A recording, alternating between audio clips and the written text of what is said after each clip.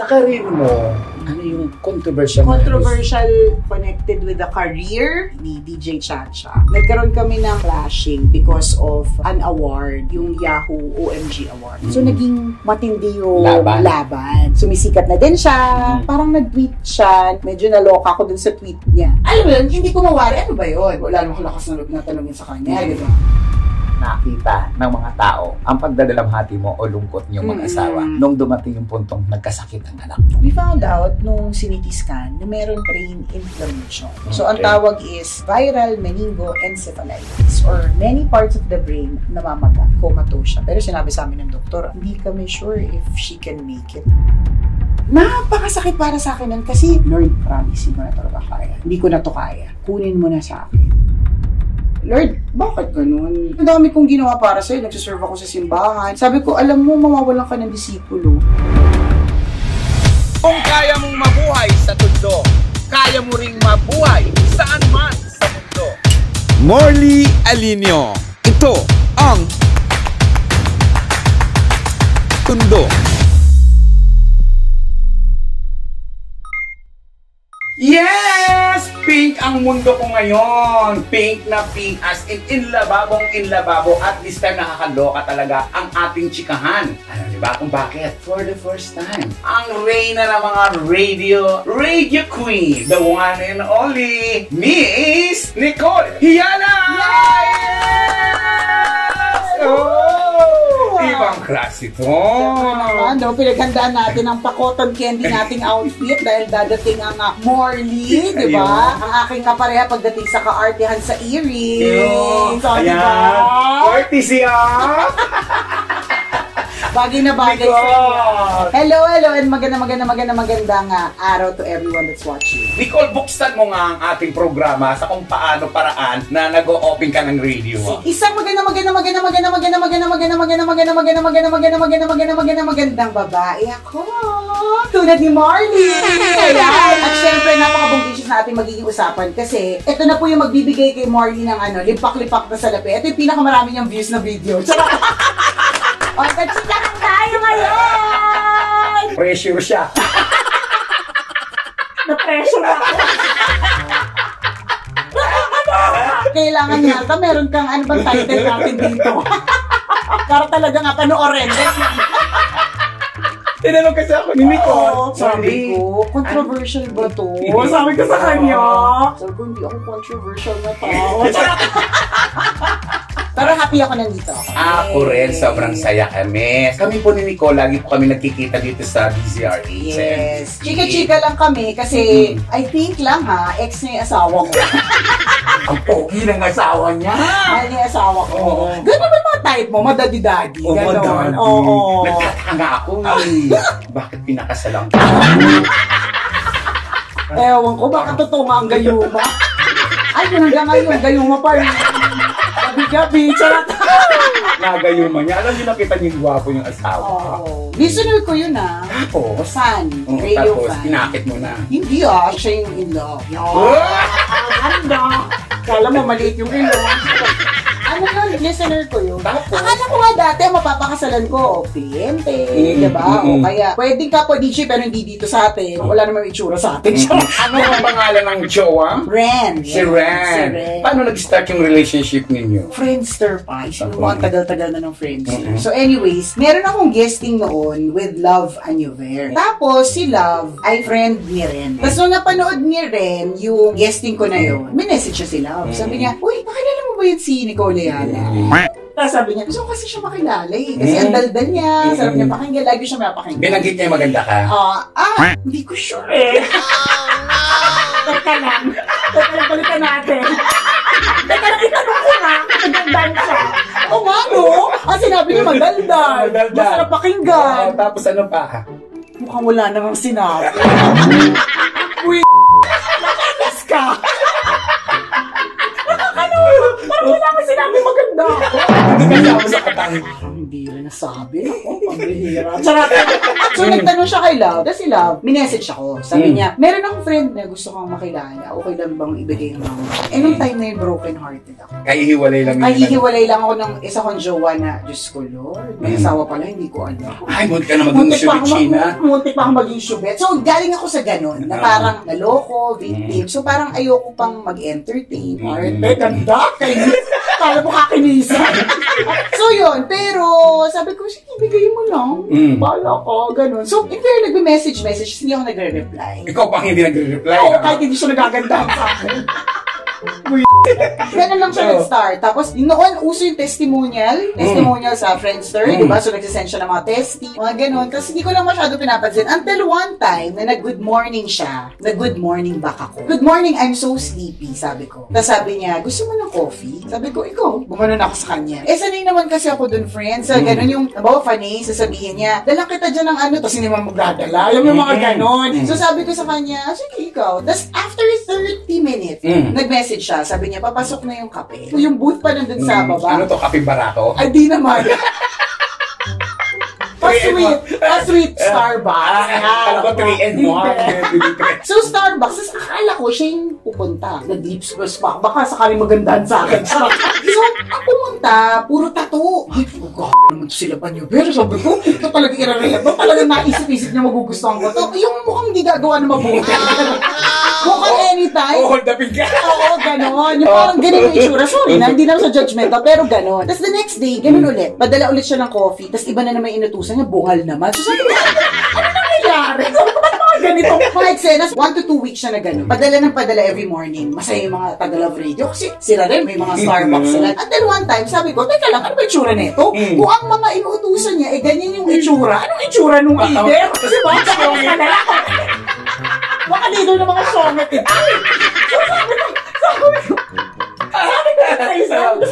Huwag kang aalis. Nag-adlib ako nun eh. Ganun ako sa kanya. After ko mag-adlib, lumabas ako. Lumabas ko. Ayun na. Lumabas ng kotse. Di ba? Ang tangkad. Guwapo. Tapos naka-shades. Weakness ko talaga yung mga moreno. Tall, dark, and handsome. Oo, talagang tumulo yung mga dapat tumulo. So, ang sweldo ay hindi tumataas. May mga bumababa na naman. Ganun ba ako talaga?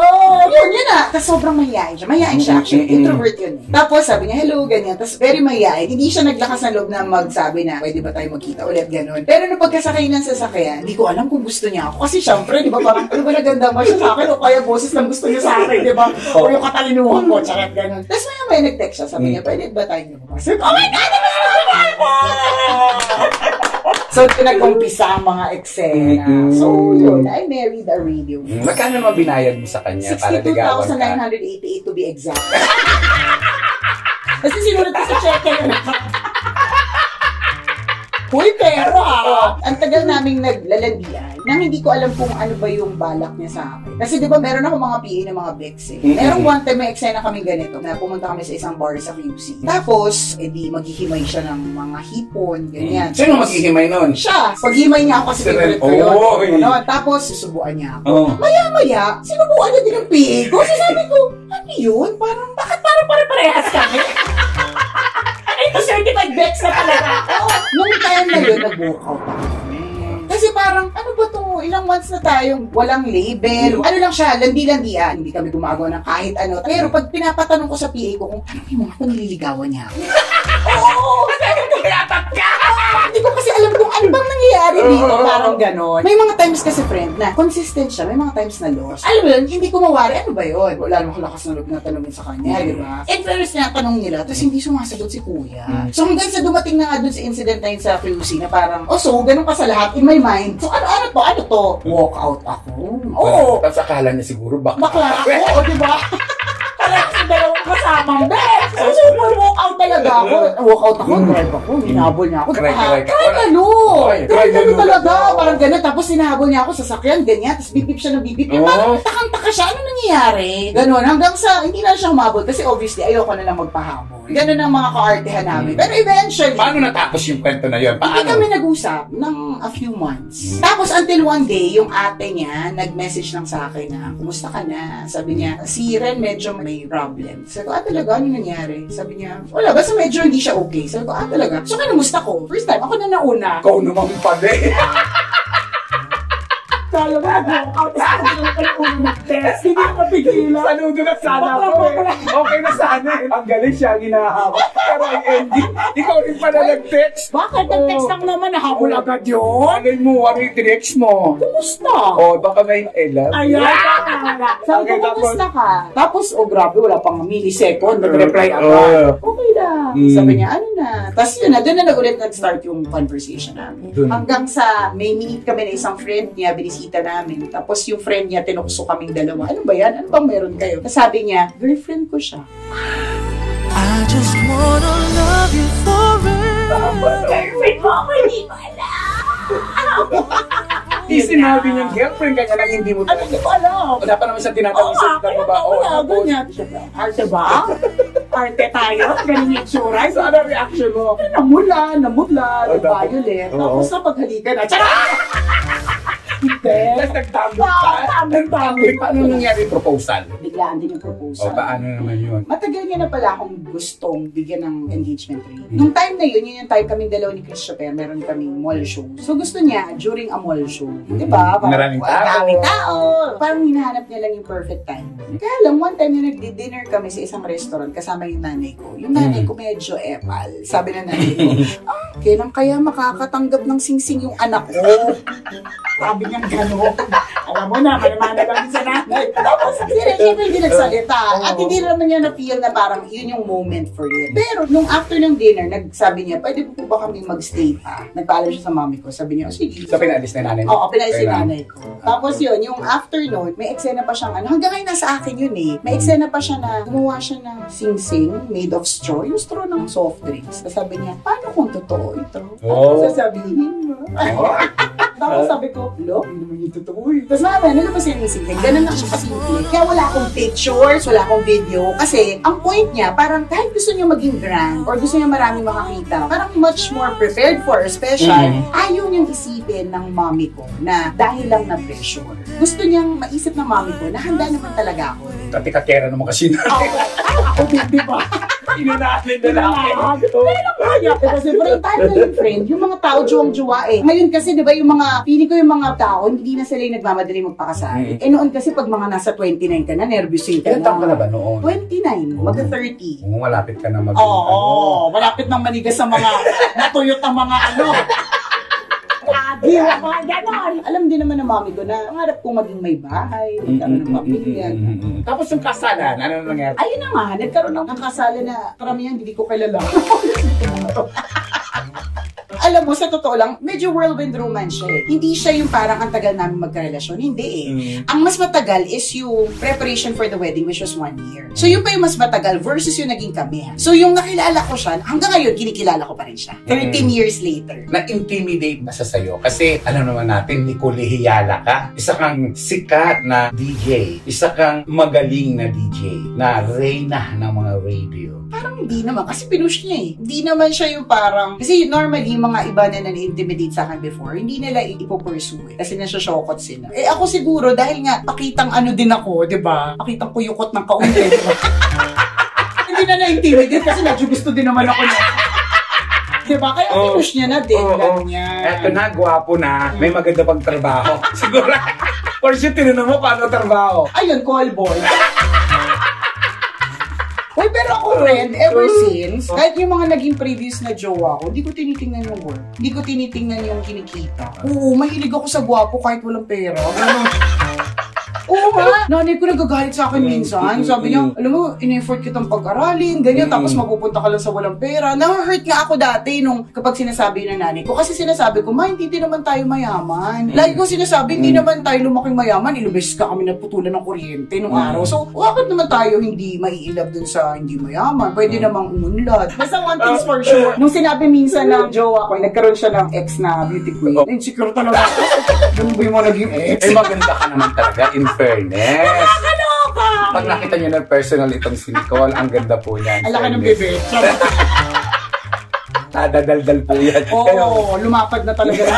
Paano ba nag-start nag-start yung pagiging DJ mo? Heartbreak. Alam mo, ang hilig ko sa lalaki. Ang pangit, no? Pero ang hilig ko ma-in love. Ilan ba naging boyfriend mo na? 9 ba? Na-in love kasi ako before. Nag-work ako nun sa bangko. Alam mo, ni sa hinagap, hindi ko naisip na magkakaroon ng ganito. Yung i-interviewin ako, may camera in front of me, na I will be Nicole Yala. Hindi eh. Hindi naman ako mahihaing tao. Makapal naman talaga yung mukha ko. Pero hindi ako nangarap na maging radio DJ. Hindi ako nangarap na maging celebrity. Walang ganun. Ano lang ako, ang pangarap ko, makapag-work sa isang corporate office. Tapos naka-high heels, maarte. Ganun. Paano pumasok ang love radio sa buhay mo? Ito na nga, nag-work ako sa bangko. May jowa ko doon. Akala ko he's the one. Lagi akong ganun eh. Nagiging jowa ko, parang feeling ko lagi he's the one. So anyway, long story short, ginost ako. Isipin mo, Friday, relasyon kayo. Oo. Na sobrang sweet. Tapos biglang Saturday, cannot be reached. Sunday, ganun din. Monday, mga 1 week. Na ako parang, hala, ano time na yung uso Abu Sayyaf? Sabi ko, Abu Sayyaf ba to? Naman itong pera? Sabi ko, ganyan. Tapos basta, make the long story short, parang may girlfriend na pala from Japan na bumalik na ng Pilipinas. So, sabay pala kami. So, ang lola mo, sobrang broken-hearted. Eh, nung time na yun, sobrang active ko sa church. So, sabi ko talaga, pumunta talaga ako sa Adoration Chapel. Sabi ko, Lord, grabe ka naman sa akin. Ako talaga yung mabait na anak. Ako yung mabait na estudyante. Graduate akong cum laude. Kumbaga, parang medyo inisa-isa ko kay Lord yung mga Alas ko na nga pala. assumption. Assumption, okay. So, inisa-isa ko sa kanya yung mga kabaitan ko. Tapos ito lang, oo, nanumbat talaga ako. Alam mo na, batang broken-hearted, nanumbat talaga ako. Sabi ko talaga, Lord, bakit ganun? Ano naman, ang dami kong ginawa para sa'yo. Nagsiserve ako sa simbahan. Ba't ako yung ginost ng ganun? Parang hindi ko deserve. Sabi ko, alam mo, mawawalan ka ng disipulo.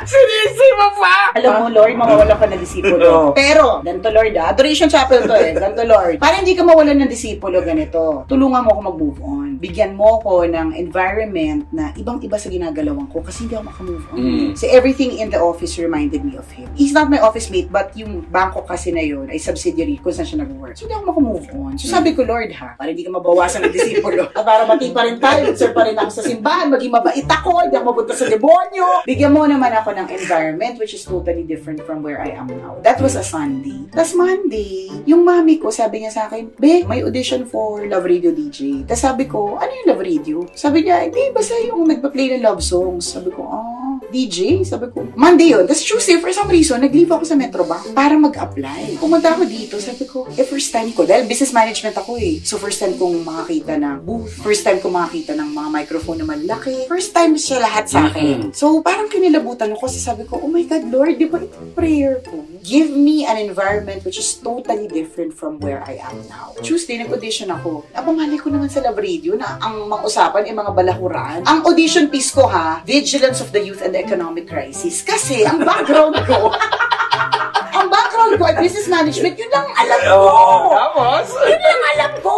Hindi ko alam na mali yung ginawa ko or whatever. Basta yun ang ginawa ko. Tapos Wednesday, tinawagan nila ako for an interview. Tapos Thursday, another interview. And then Friday, sabi sa akin ni Sir Willie, sabi niya, hintayin mo yung call ha. Pag Friday tumawag ako, then it's a go. Tapos Friday, alas 5, naghihintay ako kasi ang binigyan ko sa number yung landline ng... Alas 5 ng hapon to. Alas 5 ng hapon. Nag-ring siya alas 5 ng hapon. Tapos sabi niya, hi, this is Willie Espinosa. Sabi niya yung boss ko, how would you like to start in Love Radio soon? Oh my God. Tapos yun na, nag-resign na ako sa Metrobank. Sa Metrobank teller ka ron? Hindi, I was part of the Metrobank Foundation. Yung first day? Yeah, hindi training ka. Siyempre, ang background ko, hindi kami mayaman, Morley, ha? Ako ay nakapag-aral sa Assumption kasi ang nanay ko ay teacher. So, privilege yun ng mga anak na makapag-aral ng libre. Tapos, pagdating ko ng college, sa Assumption pa rin ako kasi, alam mo na, medyo matalino tayo, scholar tayo. So, ganun. So, pero dahil nga, ko sa 4 walls of the Assumption, medyo hindi ako masyadong familiar sa target market ng Love Radio, which is super masa.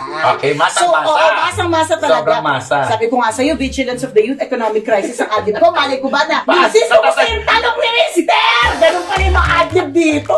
Ganon, balahuraan. So medyo nagkaroon ako ng kaunti lang naman. Hindi naman sobra kasi hindi naman ako anak mayaman. Kumbaga, ako lang nagko-commute na assumptionista, ganyan. Pero yung kultura ba na i-embrace mo, which is the target market, medyo alangan ako doon. So, ang ginagawa ko, tumatambay ako sa karerahan ng kabayo, nakikinig ako sa mga tao. Kasi pag nakinig ako sa mga tao, maiintindihan ko kung ano yung mga kwento nila. Tapos the next day, meron ako makakwento. And I think that's also the reason ba't pumatok si Nicole. Kasi sobrang relatable. Tapos talak ako ng talak tungkol sa love life. Pag love life ang usapan, lahat ng tao nakaka-relate dyan. Mga iniwan, mga pinagpalit sa shownet, di ba? Yung mga iniwan na inutangan pa, mga ganon. Yan yung mga adliban ko. So, ang ginawa ko talaga, in-immerse ko talaga yung sarili ko sa target audience. Doon nagsimula. Kaya siguro, yun yung rason kung ba't nagustuhan din ako ng mga tao. Kasi nakarelate sila. Hindi ako malayo. Kasi talagang lumapit talaga ako. Pinuntahan mo sila. Pinupuntahan ko talaga sila. Tsaka noon, nakikipag-ano pa ako, shot pa ako sa labas. Para lang maintindihan ko yung usapan ng mga lasing. Para the next time, alam ko yung ad-lib ko sa ere. Pero ikaw muna, nung unang pag-upo mo sa booth, mag-isa ka lang. Oo. Paano naman pumasok si Christopher? Nung time na yun, kasi di ba uso naman dito sa atin yung bigla nagre-regodon. So nung time na yun, panggabi ako noon 10 to 12, naisip na magkaroon ng regodon. Tapos naisip ng mga boss, alam mo, never pa tayo nagkaroon ng DJ na babae sa umaga, laging gabi. Sa gabi.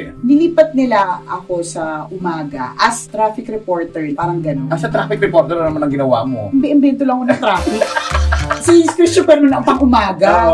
So, ang gagawin ko lang, kasi sponsored yun ng isang gasoline station. Tapos, imbento na ako ng mga traffic report. Kasi, sabihin, ito talaga, EDSA traffic. Kahit hindi mo alam. Kasi sinasabi ko lang sa eastbound po, di ko alam kung may eastbound. Pagsadang yun. Dahil doon, feeling ko alam ni Chopper na parang etchos ko lang ang lahat. Kasi nung unang beses ako nag-report, sabi ko sa eastbound side ng ganitong Commonwealth Channeling, medyo moderate po dyan. In-assume ko lang kasi umaga, traffic, gano'n. Tapos tumawa ako, tapos si Chopper, tumawa kami ng sabay. Nung tumawa kami ng sabay, yung tawa namin parang sobrang match. Tapos sabi namin, ang ganda, ang sarap. The next day, gano'n, dinagdagan namin yung kwento. Hanggang sa umabot sa traffic report na dapat 30 seconds, naging 5 minutes, 10 minutes, tapos maging 15, hanggang sa notice na ng management. Kasi syempre, alam naman natin, every minute count. Diba? Pwedeng commercial yun, tapos dinaldal namin, hindi naman kami inutusan. So, sinabi lang sa amin ng boss namin, ano itong nababalitaan namin, gumawa kayo ng program, hindi namin alam. Sorry na po, kala ko okay lang. Nakialam na lang kami, gano'n. Ang saya Ang saya kasi namin dalawa na parang ang ganda pakinggan. Tapos tinanong kami, sa tingin nyo ba, masusustain nyo yan? Sabi namin ni Chris, oo. Tapos sabi niya, sige, panindigan nyo na, give it a name. Ayun na, din na nag-umpisa. Yung time na yun, ginagamit ko na yung balahura. Kasi hindi naman siya eksakto nanggaling sa akin. I think it came from a fan also, na napaka-balahura mo. Tapos yung narinig ko, parang sobrang perfect pala sa akin. So, balahura ginagamit ko na. So, nag-isip si Chopper, di ba dapat may partner yung balahura? Kaya naisip niya yung balasubas. Oo, balahura at balasubas. Kaya yun, this year, 19th year na namin on air. Congrats. Diba? Pero naging kayo ba ni Chris Chopper? Hindi namin type ang isa't isa. Ay ba, bakit? Mahilig ako sa matangkad. Ayoko na maputi. Introvert masyado si Chris. Magkaiba kami personality. Pero match na match kayo? Pero match na match kami on air. Hindi ka ba nagnasa kay Chris Chopper? Hindi naman yata. Hindi ko sure kung nung bata ako baka. Lumalandi ako siguro. Hoy, Chris Chopper. Nagnasa pala. Kung bata ka daw siya, nagnasa. Pero kung hindi. Sorry. Napapakinggan mo ba kami, Chris Chopper? Hindi talaga. Alam namin sa isa't isa na wala. Kaya sabi ko, pwede pala yun. Kasi noon, pag may nagiging close akong lalaki, feeling ko automatic pwede ko maging jowa eh. Kasi parang ganun siya. Yung majojowa mo siya. Pero hindi, pwede palang hindi mo maging jowa. Paano nag-start yung pagiging radio queen mo? From balahura to radio queen? Feeling ko kasi, it was first on radio na merong tandem na ganito kaigay na masa. Kasi ang first naman na tandem, I think, I would believe, is Chico and Delamar at sobrang idol ko sila. Kung meron akong pinakikinggan na radio station, sila yon noon. Pero I think it was a first for a masa station na may ganun kaingay, ganun kaloud. Tapos, hindi naman ako yung nag-coin nung radio queen sa sarili. Paano nag-start yan? Actually, hindi ko matandaan kung sino yung eksaktong una, pero we get to be written by mga tabloids, tapos ini-interview kami sa mga ano. Tapos, yun yung description lagi ng scriptwriter. Yun yung binabasa ng host, Queen of Philippine Radio, mga ganun. So, in-embrace ko na lang. Parang, okay, kung yun yung ano nyo sa akin, edi, sige, thank you. Ganon. Pero bata ka pa lang talaga, loka-lokahan ka na. Hindi talaga mahihain. Lokaret na din talaga, I guess. Pero inisip ng mga klase ko dati, magiging battery ako. Kasi ba, ako? Kati na ulo ko! Ikaw, madre! Bakit? Parang hindi no. Totoo! Ako nga school ako. Very studious kaya talaga ako. As in. Yan yung mga sinumbat ko kay Lord. Lord, gumaduate akong virgin. Yung mga sinumbat ko kay Lord. Time na nag-ghost ako.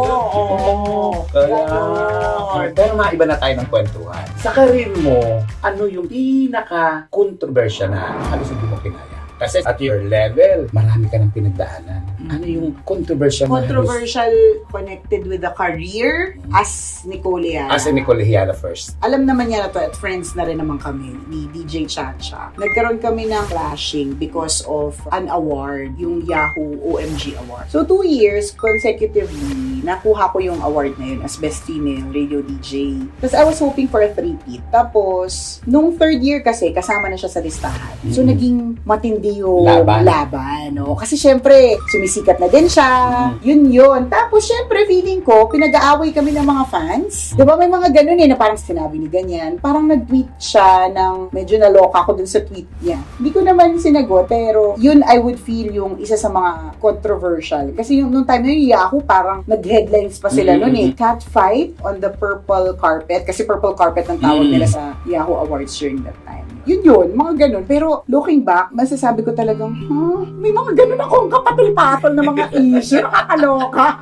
Parang ano ba yan? Tsaka, really, we're friends now ni Chacha. So, dadating pala talaga sa time na parang magkakaroon kayo mga clashing with people. And then eventually, as you grow older, you realize na ang dami pala mga bagay na petty lang. Na nung bata ka, feeling mo big deal, pero hindi naman pala siya big deal. Ang saya namin, sigawan, halakhakan, friendship talk talaga, walang duda. Pero may bubuksan tayo, isang kwento sa buhay ni Nico.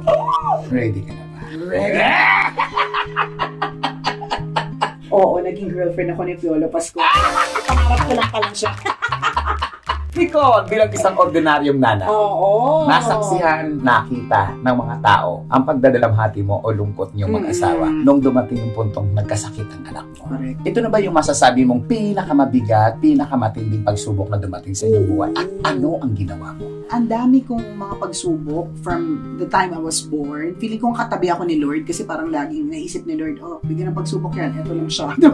Parang gano'n. Pero I would say na it was the most difficult. Namatayan na ako ng tatay. Ang dami mga ibang mga kontrobersyal na mga pangyayari, mga gano'n. Muntik ako makunat ng anak. Pero yung magkasakit siya, talagang masasabi kong worst ever that we've experienced. And I feel like, pagkatapos nga nun, sabi ko, baka manina lang yung mga iba na mga pagsubok. Kasi ito nga kinaya natin. Paano mo kinaya? Ano ang naging sakit? It was truly unexpected. Kasi di ba regular naman sa bata nagkakalagnat? So nagkalagnat lang si Princess. As in regular na lagnat. So akala ko naman, lagi siyang natutulog. Yung inaantok siya. Part of it, di ba kapag may maglagnat ka, gusto mo lagi ka natutulog. Diba? Ayaw mong kumain. Ayaw mong kumilos. So ang eksena niya is, tulog siya ng tulog. Tapos na-realize ko, parang ang tulog niya, parang mas madami ng tulog kaya sa gising. So bilang the praning nanay that I was, sabi ko, ER, huwag nating patagalin, parang something's different.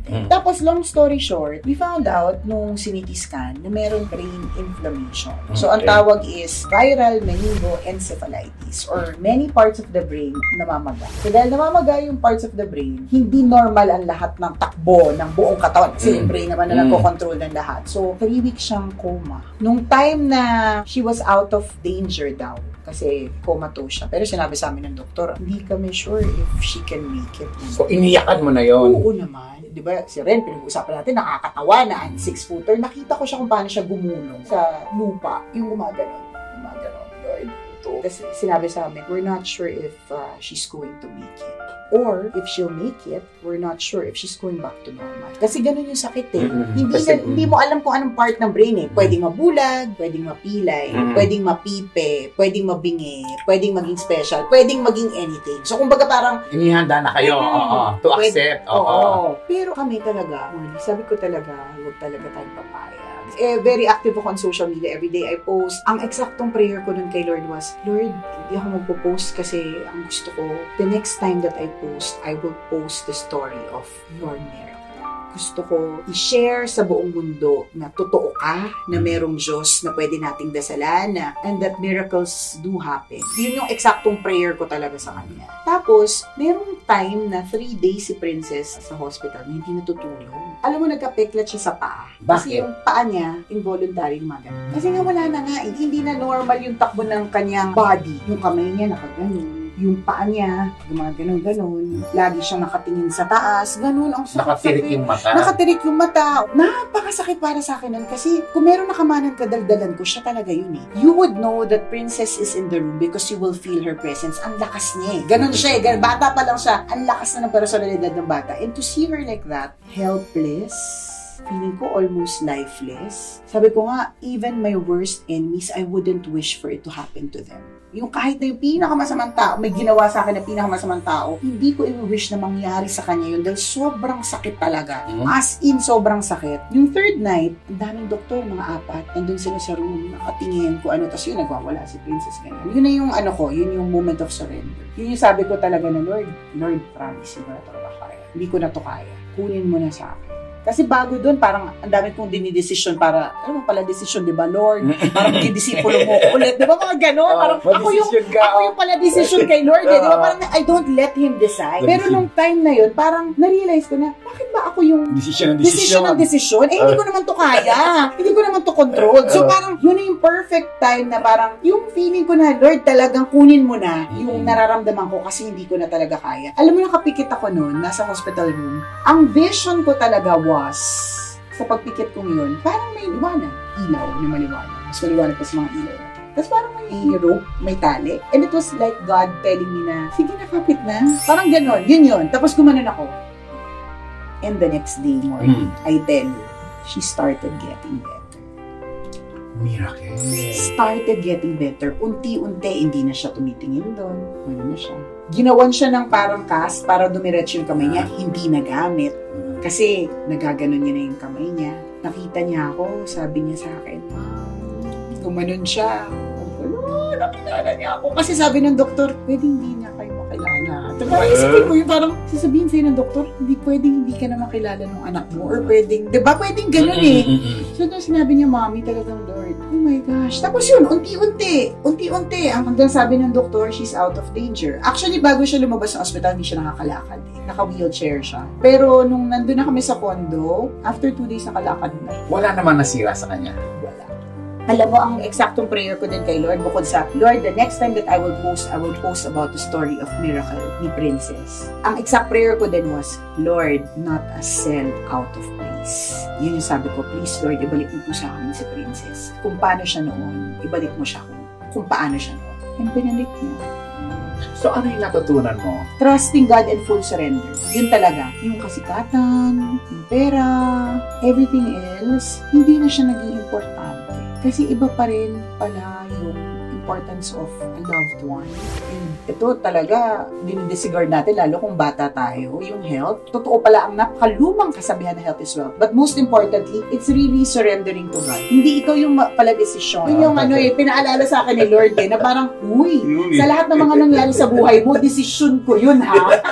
Hindi sa'yo yan. Kaya yun talagang parang all glory to God alone. Alam mo ba, ni sa hinagap, hindi ko maiisip na yung asawa ko magiging lay minister. Active siya sa simbahan namin as a lay minister. Hindi ko talaga naisip, ni sa hinagap, sorry na sa asawa ko ha, dahil alam ko pinapanood mo to. God is actually doing these things, nangyayari talaga itong mga pagsubok na ito, para to bring you closer to Him. Kasi may mga times na masyadong masaya yung buhay mo, nakakalimutan mo siya eh. Dapat hindi. Dapat hindi. Pero kumusta na si Princess ngayon? Sobrang okay. She just started with her classes. Grade 5 na siya. Ay, diba? Bilis. Bilis lang. Nangyari yung grade 2 siya. Nicole, gusto ko lang malaman at malaman din ng mga taong bayan. Ikaw ba yung kapag may problema, iniiyakan mo na siya? Ay, iyakin ako, pero strong ako. Iyakin ako, pero mag-iisip ako. I work hard and I work smart. Pero iyakin ako definitely. Bukod sa pagiging balahura. Oo, bukod sa pagiging balahura, definitely iyakin talaga ako. Balahura, lupa-lupa. Lukaret. Pero okay lang sa'yo pag sabihin, ay, si Nicole, lukaret yan. Oo. Alam mo, I owe it to my being lukaret. Hindi naman ako magtatagal ng ganito at kung ano man yung tinatamasa ko, ini-enjoy ko ngayon na fruits of my labor kung hindi ako naging lukaret. So pag tinawag akong lukaret, may saltek, may sayad, may toyo, yes! Totoo yan! Go! Sabi ko nga sa'yo, ang dami kong pagsubok na pinagdaanan, di ba? Yan pa matawagin akong lukaret, di ba? Ilan na ba anak mo ngayon? 2. Yung isa, ano pangalan? Princess and Prince. Bunso ko. Kamusta na ang buhay may asawa? Okay naman kami. Alam mo, it's a never-ending roller coaster of emotions, di ba? May masaya, may hindi, may boring, may exciting. Wala ka pa mabalak palitan si Res? Ayan ka na naman. Dito ba magtatapusan na ako? Sinasabi ko na ba, ang pagnanasay, hindi mawawala. Bilang isang station manager ng Love Radio, hindi ba mahirap yung position mo? Mahirap nung una. Kasi naniniwala ako that the beginning is always the hardest. Yung first time mong kumeme, ang sakit, di ba? Mga ganun. Pero pag nasanay ka, ay, masarap na pala. Sabi na masakit. Kung ano mang interpretasyon na yan, kayo na bahala. Na! O sa unang beses na matuto ka mag-bisikleta, hindi ba masakit? Kasi lang ka. O eventually, masarap na yun kasi kaya mo na mag-ride anywhere else. Ganun yun. Kung may naisip na yung iba, wahala na kayo doon, di ba? So, ganun. Beginning is always the hardest. It was difficult at first. Well, hanggang ngayon naman, ang management is a never-ending process of learning. Short course ako sa Harvard, Business School Online. Yun yung isa sa mga tumatak sa isip ko na sinabi din ng mga Harvard professors na it's a never-ending process. Na kahit na nag-aral ka, nagpakadulubhasa ka, MBA, PhD, or whatever, of course, those are very helpful. Pero, iba pa rin yung learning mo everyday. Isang question ang ibabato natin kung saan controversial ito. Hi! Ano? Ito yung may kinalaman sa Itbulaga. Okay. Matagal din po ito na nagkaroon ng segment sa Itbulaga. 2015. 2015? Ilang years ka nag-ano doon? Less than a year. Kami dalawa ni Chris. Ano ang reaction mo ngayon dito sa gulong kinasangkutan ng TVJ at ng Itbulaga ng Tape Incorporated? Honestly, sa lahat kasi na nangyari sa buhay ko, naniniwala ako na meron talagang 3 sides of the story. Kadalasan lang kasi, ang naririnig lang natin is yung one side. Yun. So, sa lahat kasi ng mga controversial o pagsubok na pinagdaanan ko, ang natutunan ko is, huwag maniniwala sa isang side lang. Honestly, medyo hindi ko inala kung paano nangyari. Kasi medyo umiiwas din ako sa tanongin ako Diba? Yung mga ganyan katulad ito na tinatanong. Kaya hindi ko masyadong inala. Ang sa akin lang is, if mag-invite sila, I will continue to support. Nasaktan ka nung nawala yung TVJ sa GMA? If it has been their home for so many years, diba? Oo naman, I would. Not for me to judge, basta kung kailangan po nila ako, edi support lang din naman ako. So, anong feeling ngayon nung mag-guest parang ano lang, actually it was very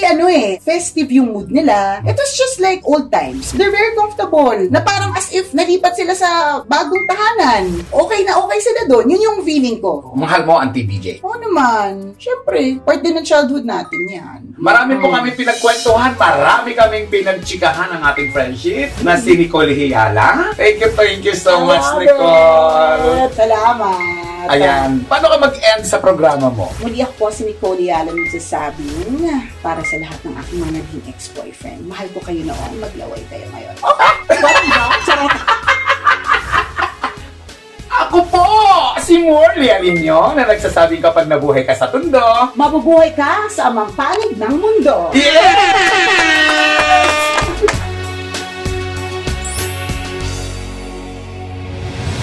Kung kaya mong mabuhay sa tundo, kaya mo ring mabuhay saan man sa mundo. Morley Alinio. Ito ang Tundo.